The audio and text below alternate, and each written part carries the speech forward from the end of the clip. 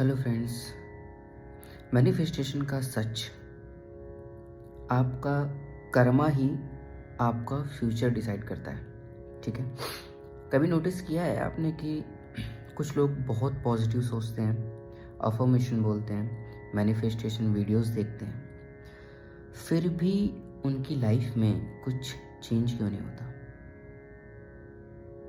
और फिर वो क्या कहते हैं, मैनिफेस्टेशन वर्क नहीं करता। और कुछ लोग बिना कुछ बोले, बिना दिखाए, उनके साथ सब कुछ ऑटोमेटिकली सही कैसे हो जाता है? आज मैं आपको बताऊंगा मैनिफेस्टेशन का वो सच जो ज़्यादातर लोग इग्नोर कर देते हैं। वो है आपका Karma. Karma plus manifestation explanation देने जा रहा हूँ मैं। तो लोग कहते हैं बस पॉजिटिव सोचो, यूनिवर्स दे देगा। पर यूनिवर्स अंधा नहीं होता, ब्लाइंड नहीं है वो। यूनिवर्स सिर्फ आपके वर्ड्स नहीं, आपके एक्शन, इंटेंशंस और कर्मों को भी सुनता और देखता है। मैनिफेस्टेशन का सिंपल फॉर्मूला है thoughts plus action plus karma equal to reality. अगर थॉट्स पॉजिटिव हैं लेकिन एक्शंस गलत हैं तो मैनिफेस्टेशन कैसे काम करेगी बताओ? चलो एक स्टोरी से लेके समझाता हूँ कि मैं आपको बताता हूँ एक रियल स्टोरी। मान लो एक लड़का था राहुल। ठीक है, राहुल रोज़ बोलता था मैं सक्सेसफुल बनना चाहता हूँ, मैं पैसा अट्रैक्ट कर रहा हूँ। लेकिन राहुल क्या करता था? ऑफिस में झूठ बोलता था, दूसरों का जो क्रेडिट खुद ले लेता था, पेरेंट्स से बदतमीजी करना, सिर्फ अपना फ़ायदा देखना। इस तरह की छोटी छोटी वो गलतियां कर रहा था। उसका मानना था मैनिफेस्टेशन सब ठीक कर देगी, लेकिन ऐसा नहीं होता है। साथ ही एक और लड़की थी अंजलि। अंजलि ज़्यादा बोलती नहीं थी, अफर्मेशन कम करती थी, पर उसके कर्म देखो। उसके कर्म कैसे थे? पेरेंट्स की रिस्पेक्ट करना, काम में ईमानदारी रखना, किसी का बुरा नहीं सोचना, हेल्प बिना रिटर्न के एक्सपेक्टेशन के करना। टाइम के साथ क्या हुआ? राहुल को जॉब में प्रॉब्लम्स, पैसा आता था रुकता नहीं था, रिलेशनशिप टूट गए। अंजलि के साथ क्या हुआ? अनएक्सपेक्टेड अपॉर्चुनिटीज आई, सही लोग मिले, पीस प्लस सक्सेस दोनों मिले। सेम यूनिवर्स, दोनों के लिए जो यूनिवर्स था सेम था, बस डिफरेंट क्या थे? कर्मा। फिर रिजल्ट भी डिफरेंट आया उसी तरीके। तो डीप ट्रुथ यही है, बहुत सारे लोग इसके बारे में नहीं बात करते हैं। आज तक आपने किसी वीडियो में नहीं देखा होगा कि अगर आप बुरे कर्म करोगे तो आप चाहे जितनी मैनिफेस्टेशन करो, हो सकती हैं कुछ वीडियोज़ हों, बट ज़्यादातर वीडियोज़ में बात करी नहीं जाती।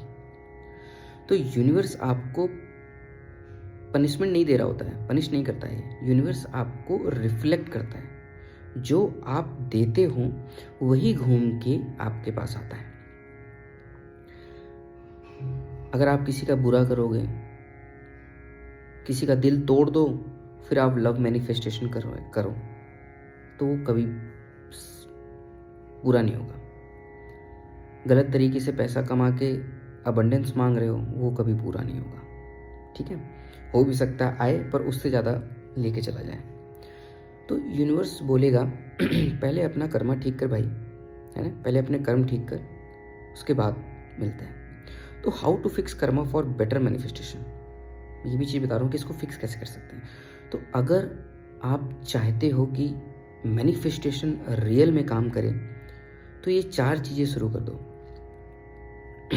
इंटेंशन साफ रखो, किसी को नुकसान पहुंचा के कुछ मत चाहो कि अगर मैं इसको ये नुकसान पहुंचा दूँ तो मेरा ये फ़ायदा हो जाए। ठीक है, वो तुम्हारे नसीब का है तो तुम्हारे में आएगा, और अगर दूसरे के नसीब का है तो उसके घरे में जाएगा। वो जो चाहते हो वही दो। रिस्पेक्ट चाहिए तो रिस्पेक्ट दो, लव चाहिए तो लव दो। जिस चीज़ की मैनिफेस्टेशन आप कर रहे हो तो वो दो। अब कोई अगर पूछे कि भाई अगर पैसे चाहते हैं तो क्या करें? पैसे चाहते हो तो थोड़ा दान पुण्य बढ़ाओ, ठीक है। और ये सोच के नहीं कि चलो मैं 10 रुपये दे रहा हूँ तो 100 रुपये वापस आ जाएंगे, ये दिमाग में रख के नहीं, ठीक है। हाँ, तो गलती हो जाए तो एक्सेप्ट करो उस चीज़ को, ईगो मत आने दो बीच में कि अरे यार मेरे से गलती हो गई लेकिन मैं इसे एक्सेप्ट नहीं करूँगा, नहीं तो मेरे ईगो हर्ट हो जाएगा मेरा। नहीं, कर्मा ईगो से नहीं सिंसियरिटी से सुधरता है।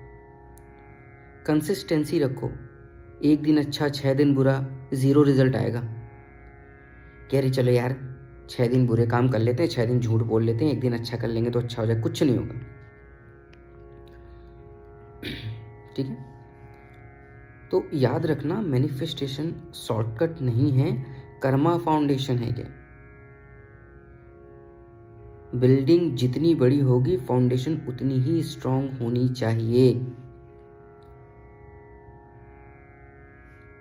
अगर आज की स्टोरी आपको अच्छी लगी हो और अगर आपको थोड़ा सा भी सोचने पे मजबूर किया हो, अगर आपको थोड़ा भी लग रहा है कि हाँ शायद मेरे से ये गलतियाँ हुई हैं, इस वजह से मुझसे ये जो मैनिफेस्टेशन है पूरी नहीं हो रही है,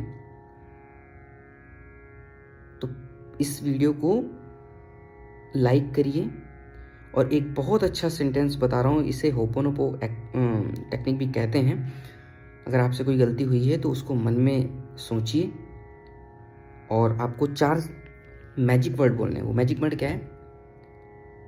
आप उस गलती को सोचिए दिमाग में, आई एम सॉरी, तो यूनिवर्स से बोलना है, ठीक है। I am sorry, please forgive me, thank you so much and I love you, and mean it, feel it and mean it. रट्टू तोते की तरह बस जबान से पढ़ नहीं करना है, उसे फील करके।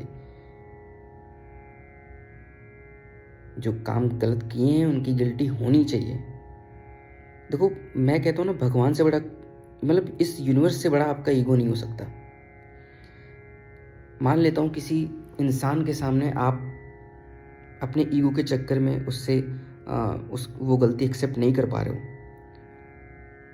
तो यार यूनिवर्स से बड़ा कुछ नहीं होता ना। यूनिवर्स से तो आप ना जाने, मेरे ख्याल से आप धूल के कण के बराबर भी नहीं हो यूनिवर्स के सामने। और यूनिवर्स से अगर आप सॉरी बोल रहे हो, उससे माफ़ी मांग रहे हो, तो कहीं आपका ईगो हर्ट नहीं होना चाहिए, ईगो बीच में नहीं आना चाहिए। और अगर यूनिवर्स के सामने भी अगर आपका ईगो आड़े आ रहा ना, तो तब तो फिर आपके लिए बहुत मुश्किल काम है। और शायद बहुत सारे लोग को ये बात बुरी लगेगी। आप मैनिफेस्टेशन छोड़ दो, आपके लिए नहीं है, वो कभी काम नहीं करेगा आपके लिए। आप जैसे चल रहे हो वैसे चलते रहो, कभी नहीं काम करेगा वो आपके लिए, ठीक है। तो अगर आप लिटरली उस चीज़ को फील कर रहे हो कि मुझसे गलती हुई है, तो आप उसको मीन करो और यूनिवर्स से आंखें बंद करके बोलो, आई am sorry, please forgive me, thank you so much and I love you. I am sorry किस लिए? कि मुझसे जो गलती हुई, फॉरगिव, मुझे माफ़ कर दो, आगे से नहीं होगी। एंड थैंक यू, जो चीज़ आपने मुझे दी हैं अभी तक, जो भी कुछ मेरे पास है उसके लिए थैंक यू। और आई लव यू इसलिए कि मैं आपसे प्यार करता हूँ, मैं भी आपका बच्चा हूँ, ठीक है। चलिए, आज की वीडियो अच्छी लगी हो तो प्लीज़ ये कमेंट में ज़रूर लिखिएगा। ये कमेंट में लिखना है आपको। अगर आपका ईगो आड़े नहीं आ रहा है तो लिखिए, ज़रूर लिखिए इसको। ये 4 मैजिक वर्ड हैं, I am sorry, please forgive me, thank you so much, I love you, bye bye.